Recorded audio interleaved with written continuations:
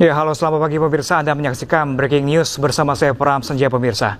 Pemirsa, hari ini polisi menangkap Fauziah Tiasuma atau Dr. Tifa dan Roy Suryo. Keduanya langsung dibawa ke Polda Metro Jaya.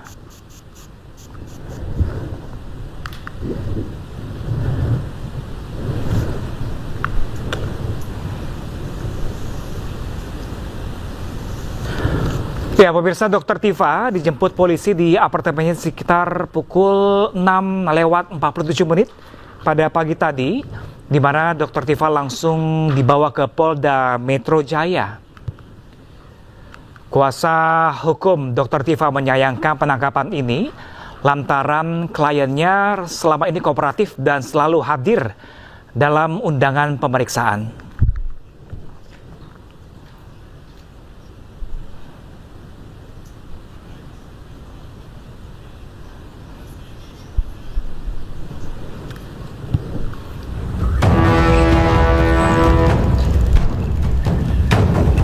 Ya, selain Dr. Tifa, Roy Suryo juga ditangkap. Roy Suryo ditangkap di rumahnya jam 7 pagi oleh penyidik Polda Metro Jaya. Roy Suryo dan Dr. Tifa saat ini berstatus tersangka kasus dugaan pencemaran nama baik terkait tudingan ijazah palsu Jokowi sejak November 2025 lalu, pemirsa.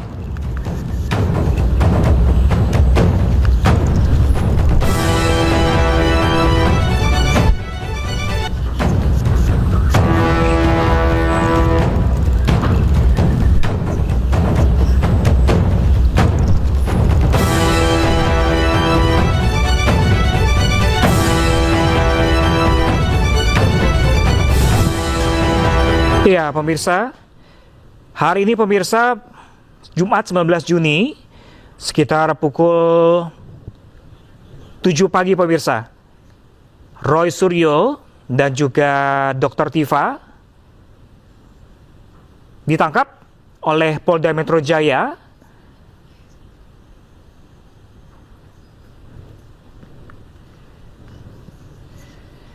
Di mana penangkapan Roy Suryo ini adalah tindakan represif yang mengonfirmasi hukum ada di bawah sedang mengusut kasus dugaan ijazah palsu Jokowi.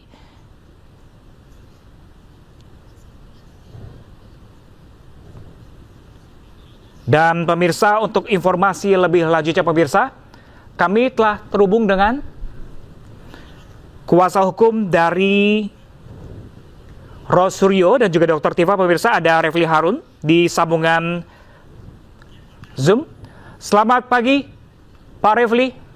Ya, selamat pagi. Ada kabar yang cukup mengejutkan pagi hari ini, Dr. Tifa dan juga Roy Suryo ditahan. Bagaimana tanggapannya? Ya, tentu kami protes sekeras-kerasnya ya. Kalau kita bicara mengenai hak subjektif penyidik untuk menangkap, maka kita akan mengatakan secara subjektif sesungguhnya tidak ada alasan untuk menangkap baik Dr. Tifa maupun Mas Roy, karena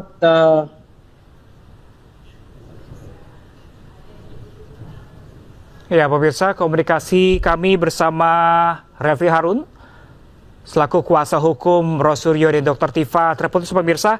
Kami masih berusaha untuk menghubungi. Iya, Mas Refli masih terhubung bersama kami?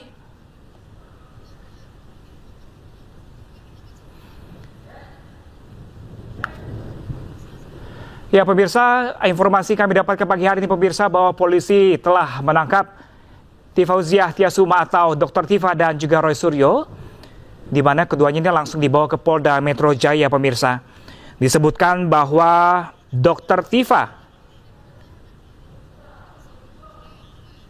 ya pemirsa, kembali kami telah terhubung dengan Refli Harun selaku kuasa hukum dari Roy Suryo dan Dr. Tifa. Pak Refli telah terhubung bersama kami masih? Iya, saya mohon maaf nih karena telepon banyak masuk jadi mati-mati ya. Iya, tapi baik. nanti kalaupun Kami maklumi. Iya. Bisa Jadi, dilanjutkan. Kami protes keras-kerasnya atas penangkapan ini yang menurut kami sangat semena-mena ya. Karena walaupun ini adalah hak subjektif untuk menahan, tetapi kan sesungguhnya kan tidak ada alasan yang benar-benar bisa dipertanggungjawabkan untuk penangkapan ini.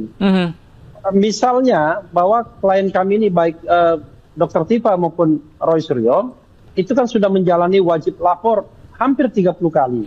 Jadi tidak ada alasan kalau misalnya mereka dianggap akan melarikan diri misalnya atau menghilangkan barang bukti, berupaya ya. Berupaya itu sudah diperbaiki sekarang istilahnya.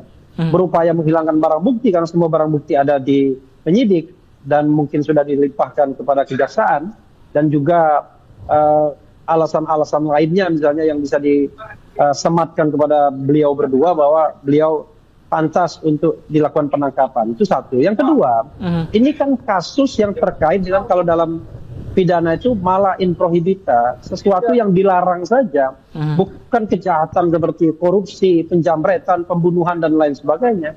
Ini kan sebuah hal masih ranah kebebasan berpendapat sesungguhnya. Karena itu sangat aneh dan menurut saya sangat tidak beralasan ketika kemudian ada penangkapan, dan kelihatan betul bahwa dalam konteks ini penyidik seperti dalam tanda kutip ya memenuhi pesanan pihak-pihak lain yang selama ini memprovokasi agar kemudian kedua beliau baik Roy Suryo maupun Dr. Tifa itu ditangkap dan ditahan.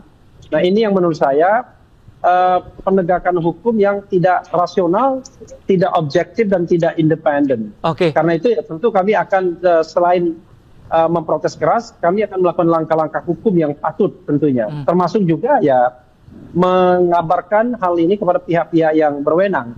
Saya sudah SMS, sudah me-WhatsApp Ketua Komisi 3 DPR misalnya untuk pay attention soal ini. Karena ini adalah wilayah penegakan hukum dan wilayah DPR, wilayah Komisi memperhatikan ini misalnya. Oke, Pak Refli, ini sebelumnya dalam penangkapan ini sudah ada pemberitahuan atau pemanggilan terkait langkah ini? Justru itu tidak ada pemberitahuan sebelumnya. Karena begini, kalau kita bicara tentang penyerahan tersangka, ya, sekaligus penyerahan berkas tahap 2 pada Senin nanti, saya kira kita akan kooperatif kalau seandainya nanti memang akan dipanggil pihak kejaksaan untuk penyerahan. Kita sudah berencana bahwa kalau seandainya nanti ada undangan untuk penyerahan tersebut, kita akan datang. Dan tidak ada alasan untuk menangkap begitu. Apalagi ini kan soal penyerahan. Bayangkan ini Jumat, Sabtu, Minggu. Ini kan kelihatan betul memenuhi aspirasi pihak-pihak lain agar kemudian terjadi penangkapan dan kemudian nanti berharap bahwa akan ada penangkapan pula ada penahanan pula di kejaksaan. Padahal saya katakan tidak ada hal-hal yang objektif dan subjektif untuk melakukan penangkapan dan penahanan. Itu. Apalagi sebentar lagi diserahkan ini ke kejaksaan, baik berkas barang bukti maupun tersangkanya begitu. Oke, Pak Refli, kalau misalnya ini menyebut kliennya kan kooperatif dan selama ini juga menjalani wajib lapor, ini kalau menurut Anda sendiri penangkapan ini tetap dilakukan, ini kenapa? Ya tadi saya katakan, jadi tidak lagi melakukan penegakan hukum, tetapi memenuhi pesanan pihak-pihak lain. Ini kita duga begitu, karena itu kita protes keras. Sekarang saya tanyakan, kenapa seseorang harus ditangkap dan ditahan misalnya? Kalau misalnya apa yang dilakukan itu adalah tindak pidana yang malah in prohibita, bukan sesuatu yang dari sononya kejahatan seperti katakanlah korupsi, pembunuhan, jambret dan lain sebagainya. Tapi ini adalah sebuah di gray area soal kebebasan menyatakan pendapat baik secara lisan dan tulisan. Nah karena itu kalau misalnya memang mau disidangkan, walaupun kami mengatakan sudah tidak layak lagi kasus ini disidangkan, maka ya silakan digelar persidangan tanpa perlu harus menangkap dan menahan para tersangka. Not necessary, gitu loh. Tidak ada urgensinya untuk menahan dan menangkap kecuali tadi memenuhi pesanan pihak-pihak lain yang anasir-anasir yang selama ini memprovokasi agar ditangkap dan ditahan. Masa penegakan hukum seperti itu? Begitu. Oke, Pak Refli, ini kalau dari sejak penangkapan pagi hari ini tadi ini, apakah sudah ada pihak penjelasan dari pihak kepolisian terkait dasar hukum penangkapan ini? Ya, penjelasannya itu tentu penjelasan yang sifatnya informal.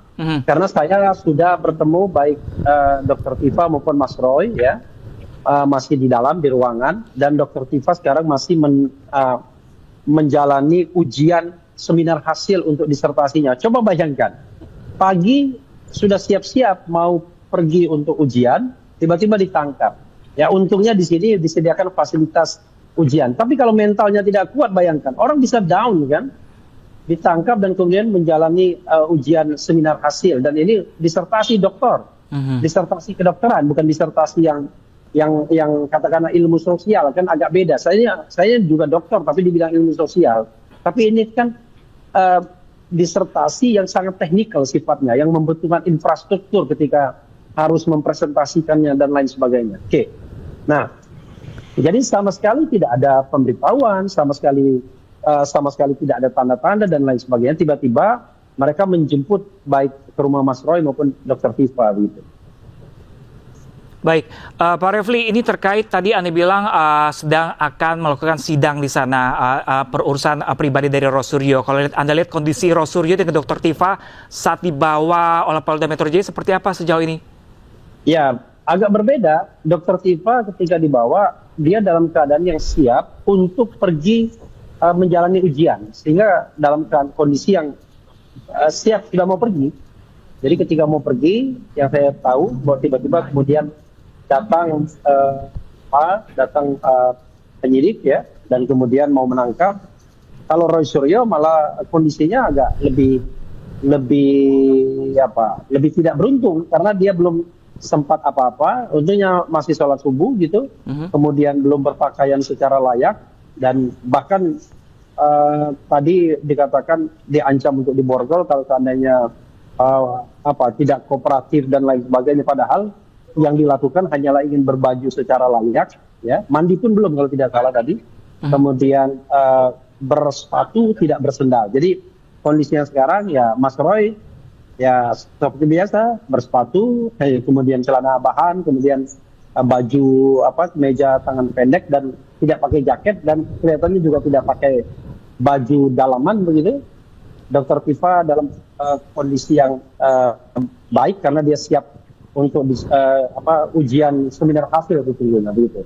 Oke. Kalau sejauh ini saya sudah bertemu, cuma sempat ngobrol sama Mas Roy. Tetapi Dr. Tifa tidak bisa diganggu karena sedang ujian melalui Zoom di kantor di Kamnek.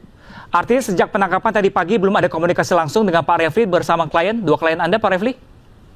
Sudah kan tadi, saya kan sudah masuk ke ruangan, sudah menemui Mas Roy dan sudah berbincang dengan Mas Roy. Informasi yang saya sampaikan itu sebagian berasal dari Mas Roy.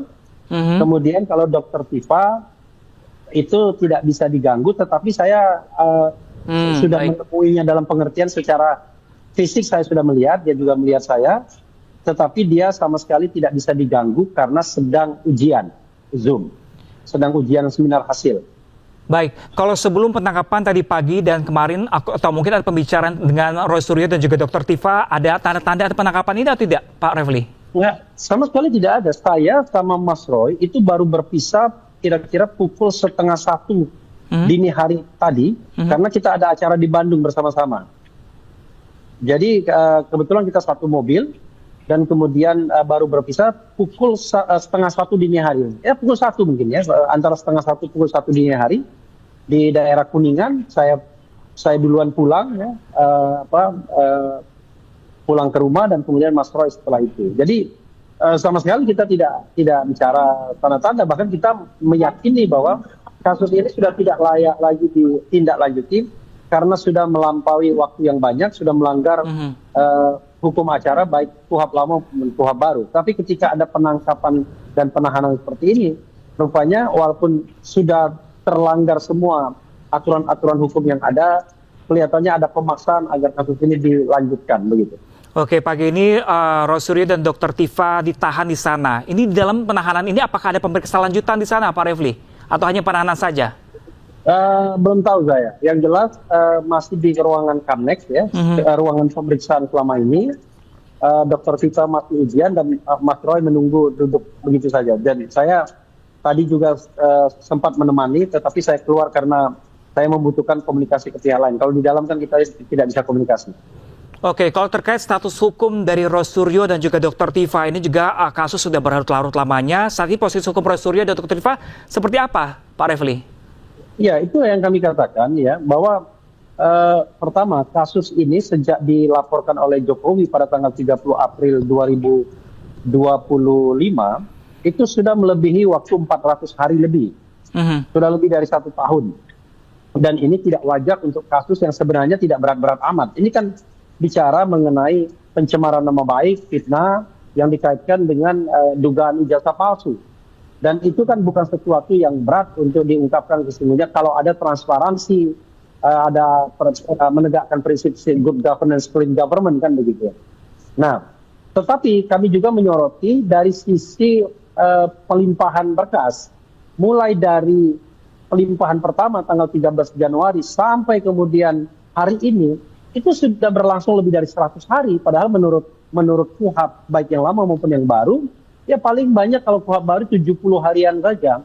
Dan itu pun pelimpahannya diatur juga, tidak bisa sembarangan begitu. Jadi kita menganggap bahwa tidak ada transparansi dalam proses ini dan sudah melanggar hukum acara yang banyak sekali. Bahkan kita menengarai baik secara material maupun secara formil dan material, itu pelanggaran-pelanggaran hukum itu sudah banyak dilakukan oleh penyidik. Karena itu kami menganggap bahwa kasus ini tidak lagi layak untuk ditindaklanjuti begitu, apalagi ditindaklanjuti dengan penangkapan dan penahanan. Oke, Pak Refli, lalu selanjutnya ini sedang dalam penahanan Roy Suryo, baik Roy Suryo dan juga Dr. Tifa. Lalu langkah hukum selanjutnya akan dilakukan tim kuasa hukum seperti apa nanti?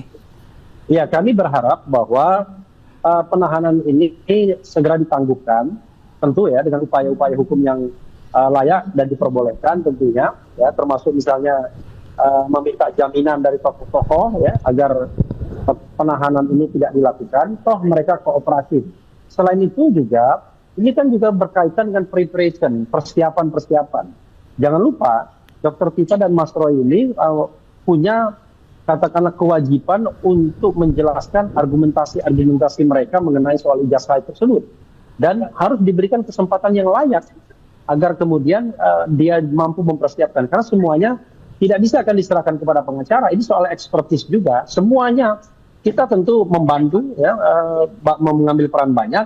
Tetapi tentu baik Dr. Tifa maupun Mas Roy itu harus juga diberikan kesempatan untuk mempersiapkan diri sebaik-baiknya kalau memang terjadi sidang. Dan kalau dalam proses penahanan, rasanya ya kesempatan itu kan menjadi berkurang secara signifikan karena orang dalam tahanan tentu tidak bisa mempersiapkan diri secara lebih baik, terutama pasokan informasi, preparation dan lain sebagainya. Padahal sekali lagi ini kasus soal pencemaran nama baik, soal dokumen yang dianggap palsu, dan sehingga membutuhkan sebuah pembuktian yang adequate, yang memadai dari kedua belah pihak. Silakan jaksa penuntut umum nanti membuktikan, dan pasokannya sudah dari penyidik, tapi tentu baik Mas Roy maupun Dr. Tifa sebagai seorang expert, ya, seorang ilmuwan, seorang peneliti juga harus diberikan kesempatan yang layak selain didampingi oleh para penguasa, oleh penasihat hukumnya. Baik Pak Refli, terima kasih Pak Refli. Kami masih menanti update terbaru langkah selanjutnya dari penahanan ini. Terima kasih telah bergabung bersama kami di Breaking News. Doakan yang terbaik bagi penegakan hukum bangsa ini dan tidak ada kesewenang-wenangan atau semena-mena seperti ini. Baik, terima kasih banyak Pak Refli. Selamat pagi.